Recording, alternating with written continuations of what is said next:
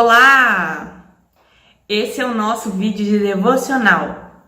Prepara a sua Bíblia, o seu caderno para fazermos esse estudo maravilhoso, né? Crescermos no conhecimento da palavra de Deus. Não se esqueça de orar, né, na devocional. Não se esqueça de procurar um ambiente tranquilo para o seu estudo. O meu objetivo é nós estudarmos juntos a palavra de Deus, né? Dessa vez você não vai estar sozinho, você vai ter companhia para estudar, ok? Então eu te peço, curte esse vídeo, compartilha e se você não é inscrito no canal, se inscreva e ative o sininho para ser notificado sempre que tiver um novo vídeo. Então, vamos para o estudo!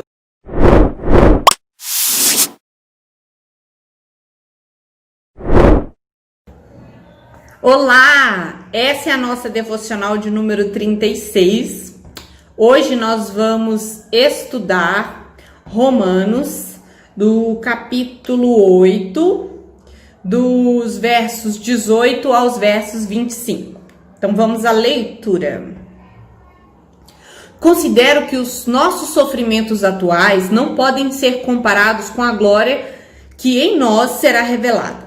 A natureza criada aguarda, com grande expectativa, que os filhos de Deus sejam revelados, pois ela foi submetida à futilidade, não pela sua própria escolha, mas por causa da vontade daquele que a sujeitou, na esperança de que a própria natureza criada será libertada da escravidão, da decadência em que se encontra pela gloriosa libertação dos filhos de Deus. Sabemos que toda a natureza criada geme até agora, como em dores de parto. E não só isso, mas nós mesmos, que temos os primeiros frutos do Espírito, gememos interiormente, esperando ansiosamente nossa adoção como filhos e redenção do nosso corpo. Pois nessa esperança fomos salvos. Mas esperança que se vê não é esperança. Quem espera por aquilo que está vendo? Mas se esperamos o que ainda não vemos, aguardamos-lo pacientemente. Então essa é a leitura. E vamos lá. Paulo já começa afirmando veementemente, né, sobre o sofrimento, né? Ele fala da certeza de que o sofrimento, né, ele não é comparável à glória por vir. Então vamos contextualizar aqui de onde a gente veio para onde a gente está. O tema central do capítulo 8 de Romanos é a certeza da salvação com o ministério do Espírito Santo. Pelo perdão dos nossos pecados em Cristo, Deus, né, nos promete a vida eterna. Então a gente viu nos últimos estudos que se temos o Espírito de Deus, vamos apresentar algumas coisas, né?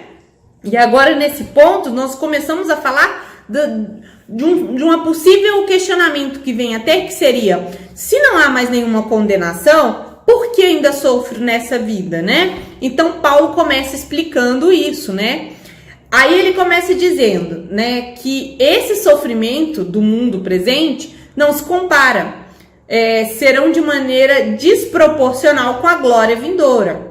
Então, nós temos que, como cristãos, pensarmos no sofrimento dessa vida como algo que não irá se comparar à glória vindoura. Por quê? Porque passar por um mundo de sofrimento, né, um mundo caído no qual a gente vive, a gente se torna mais disposto a suportar certas dores, né? Sabendo o que vem depois. O crente precisa saber o que vem depois, porque isso o sustenta na fé, né? E aí, o próprio Paulo, ele vai, né, chamar essa dor, né? Ele vai comparar essa dor com uma dor do parto, né? Por quê? Uma mãe suporta a dor do parto porque sabe que aquilo traz um bebezinho, né, para os seus braços. Então, isso torna essa mãe mais perseverante ao passar por tal dor. Então, esse sofrimento do qual Paulo está falando é um sofrimento que começou no Jardim do Éden, né, onde toda a criação foi afetada, né, mas né, nem tudo nessa terra é amaldiçoado, né? Ou são coisas ruins, vamos dizer assim. Temos beleza na natureza, temos sabores maravilhosos, né? Nas frutas, nos legumes, verduras, em todas as coisas. Deus nos permite experimentar coisas muito boas, né? E o que seria isso? Isso é o tempero de Deus que suaviza sua ira contra essa terra, né? É uma porção da sua misericórdia. Mas o segundo Adão inaugura uma nova humanidade, um novo tipo de humanidade, né? Juntamente com novos céus e nova terra, que haverá de ser revelado no momento, está oculto aos nossos olhos humanos, né? Mas será possível de é possível de contemplar pela fé. Então, é nessa ótica, né? Não olhando para as coisas que nos cercam, não é para fingir que não tem problemas, mas é para olhar para os problemas sobre quem tem uma ótica do porvir, né? Não deixa de olhar, não é para você viver a dor do parto sem pensar no bebê que tá por vir, porque é isso que vai te ajudar a superar, né? E passar por todas as coisas que esse tempo presente, né, infelizmente nos traz, né? Pois bem, então Paulo aqui falou dessa questão das dores não serem comparadas, nem em intensidade, nem em valor. E aí no 19 ele fala assim: a natureza criada aguarda com grande expectativa que os filhos de Deus sejam revelados. Sabe o que significa? Que a natureza sabe que ela é caída e que ela está em espera. E ela tem grande ardor, grande expectativa, um grande anseio para que os filhos de Deus sejam revelados. Porque hoje a gente não sabe quem é filho de Deus. A gente tem certeza da nossa salvação, mas a gente não sabe quem é filho de Deus, né? A gente não pode dizer, fulano é, fulano é. Não, a gente não sabe, né? É muito individual, né? E na verdade, haverá um dia em que os filhos de Deus serão revelados. E a natureza aguarda esse dia, né? Ela tem uma expectativa nesse dia. E aí, o que a gente vê aqui? Né? A gente vê que não é para todos, né? Já que há um grupo de pessoas a ser revelado, né? Que são os filhos de Deus, então não é todos, né? É os filhos de Deus de modo final, né? Remidos, ressurretos, prontos para viver eternamente na glória de Deus de modo completo. Aquele dia em que os mortos ressuscitarão e tudo. Então, assim, a natureza tá em expectativa por isso, né? E a gente acha que é só o espírito e a noiva e dizem, vem. Não, a natureza também aguarda em expectativa. Agora, no 20, nós vamos entender por quê. E diz assim o 20...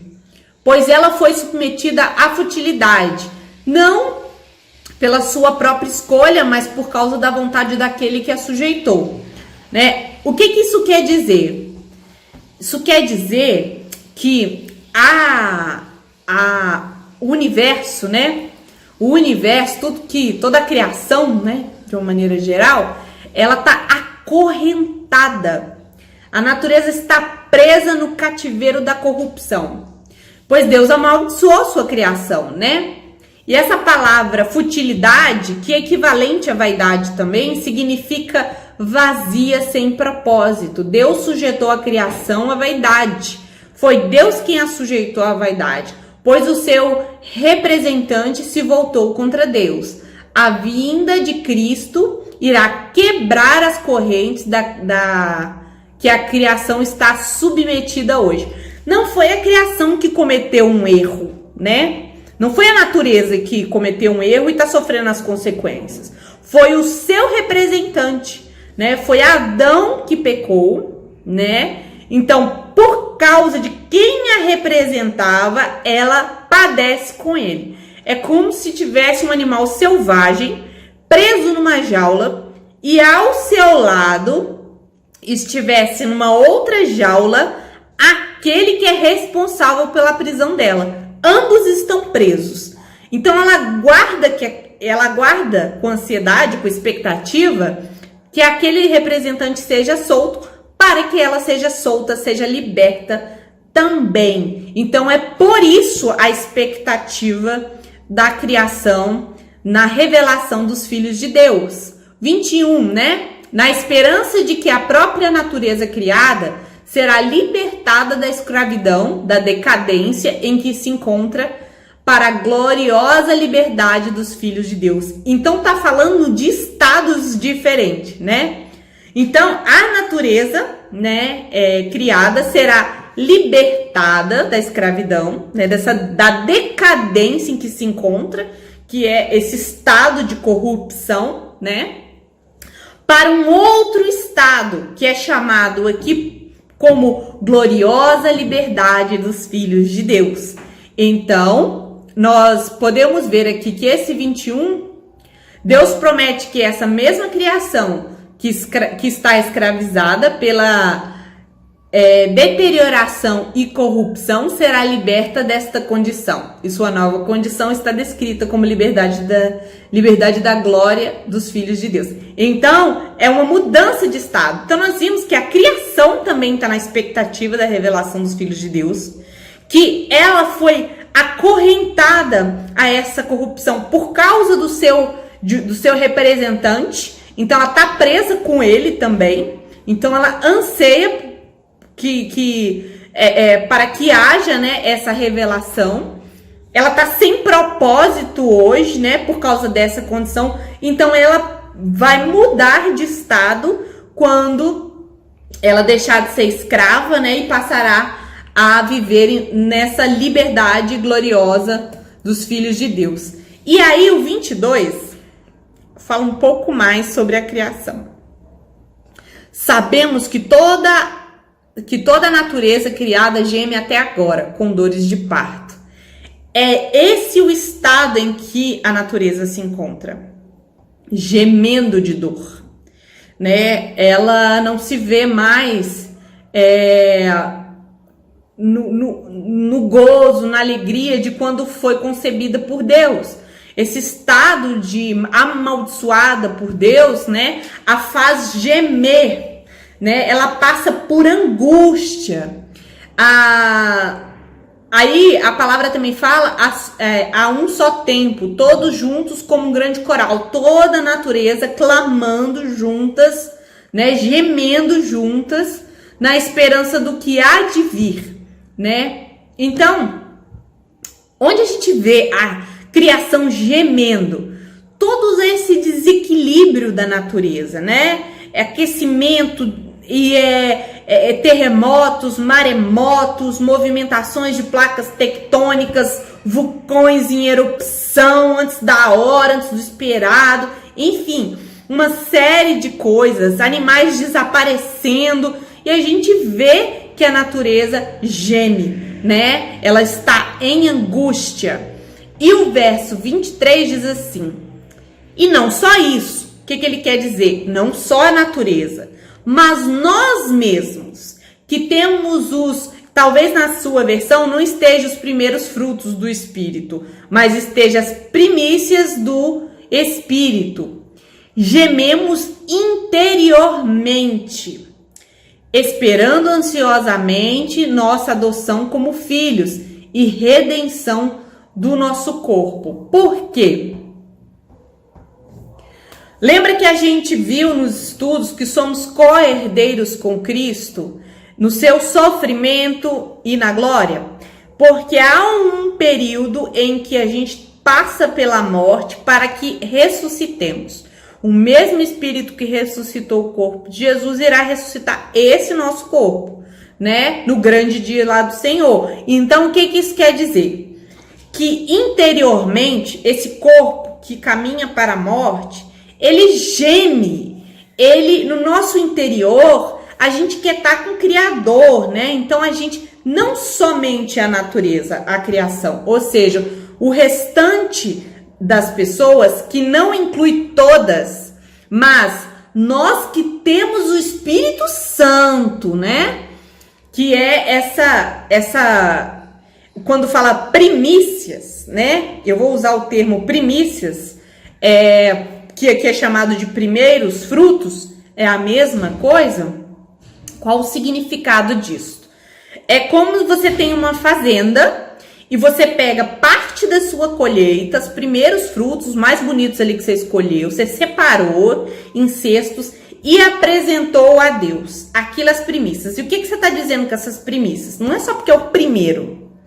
É porque dizendo assim, Senhor, isso é uma amostra do que é teu.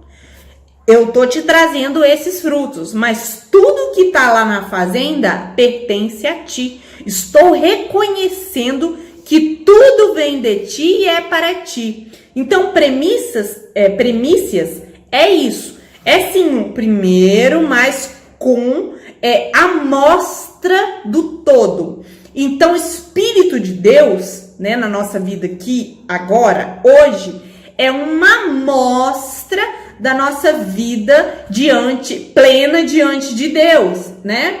Então ele está colocando como identificando essas pessoas que gemem interiormente, esses que têm as primícias, né, ou primeiros frutos do Espírito Santo, né? Isso mostra também que o Espírito Santo não nos protege do mundo presente, das dores que esse mundo traz à nossa vida. Nós não somos poupados dessas dores. Então, se você aprendeu que se você for fiel nos dízimos, né? Se você for uma pessoa de muita fé, se você for em todos os cultos, você não sofrerá nesse mundo, né? Esse não é o evangelho apresentado por Paulo, né? A expectativa, né, errada sobre o evangelho leva diversas pessoas à decepção por causa desse falso evangelho, né? Elas se afastam da igreja, elas acreditam em Deus e tudo, mas ela fica frustrada com a igreja porque lhe foi apresentado um falso evangelho. Foi apresentado um evangelho que lhe oferecia uma coisa que o verdadeiro evangelho nunca ofereceu, né? Que é felicidade plena, sem angústia, sem dor, sem nada de ruim acontecendo, né? Sem sofrimento. Isso não é o que o evangelho diz. Sua felicidade não está nesse mundo. Nossa felicidade não está nesse mundo, né? Então, isso é o que está sendo dito no 23, né? Vamos para o 24. O 24, vamos reler ele para lembrar? Pois nessa esperança fomos salvos, mas esperança que se vê não é esperança. Quem espera por aquilo que está vendo. Aqui fala muito sobre a condição de todo crente. Nós vivemos na esperança de que somos salvos, né? Não vejo essa, eu não vejo essa realidade concluída hoje, né? Mas eu sei que ela será concluída um dia, vai ser completa, né? O que a gente tem, né, é o que a Escritura nos revela. Então, mas o que é importante entender sobre essa esperança? Que a esperança não é uma expectativa que uma coisa boa aconteça, mas que é pouco provável de acontecer, né? Então, ali tá pensamento positivo. Vamos pensar para acontecer, porque é difícil de acontecer. Não. Essa esperança é o objeto ou bênção esperada, né? Que no caso aqui, Paulo está falando da redenção do nosso corpo, né? Que é o que nos faz filhos de Deus efetivamente, né? Porque a gente herdou com Cristo a ressurreição. Aqui a redenção do nosso corpo é real, distinto, mas ainda não presente.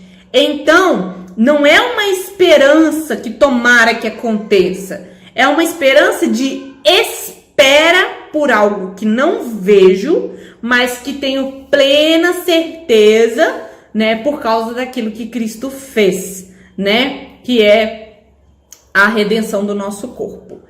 E o 25, que fala o seguinte: mas se esperamos o que ainda não vemos, aguardamo-lo pacientemente. Bom, aquilo que nós não vemos, precisamos de paciência mesmo para vê-lo sendo concluído.